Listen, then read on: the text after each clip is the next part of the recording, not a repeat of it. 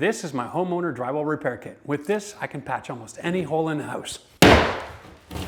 So first thing you need as a homeowner is a mixing bowl. Everybody's got one in the kitchen. Somewhere in the house, I want you to store these three things: a 4-inch drywall knife, a roll of paper tape, and a bag of 45 compound mix. You want to make twice as much mud as the size of the hole. That's the size of the hole, and this is the amount of mud that I need to finish the job. We take our knife upside down. We're going to make a volcano in our mixing bowl.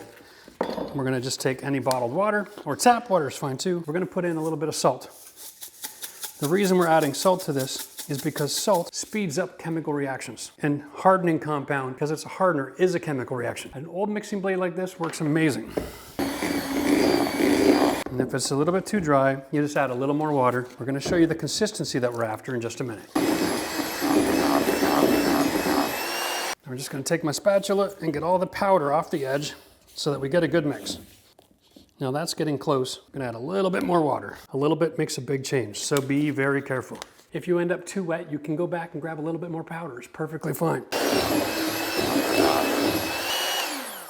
The hole itself isn't that big. I suggest we just square this off a little bit. We're going to use a technique called a drywall sandwich. Basically, we take a piece of tape. We're going to load the mud onto our hock.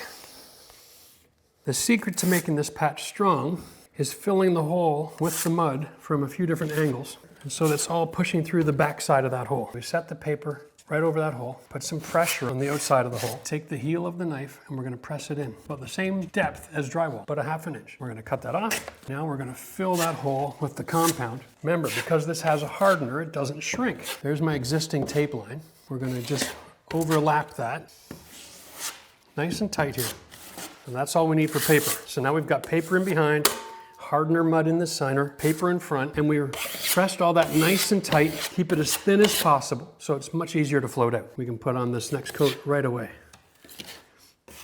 And this establishes the depth of the mudwork, and then just a little right over the patch. Make sure that paper is all nice and wet and that the hole is totally filled. There we go. That's a great patch repair. There's still one more step after this is hard. So let's speed up the drying time by using a hairdryer.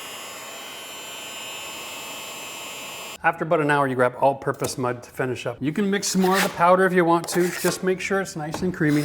Pass through the middle with a fair amount of pressure. And then you put pressure on the outside, pressure on the outside. Now your patch is ready to sand. If you're interested in this kind of content, you'd like to get wisdom bombs and not just little simple tricks, subscribe for more.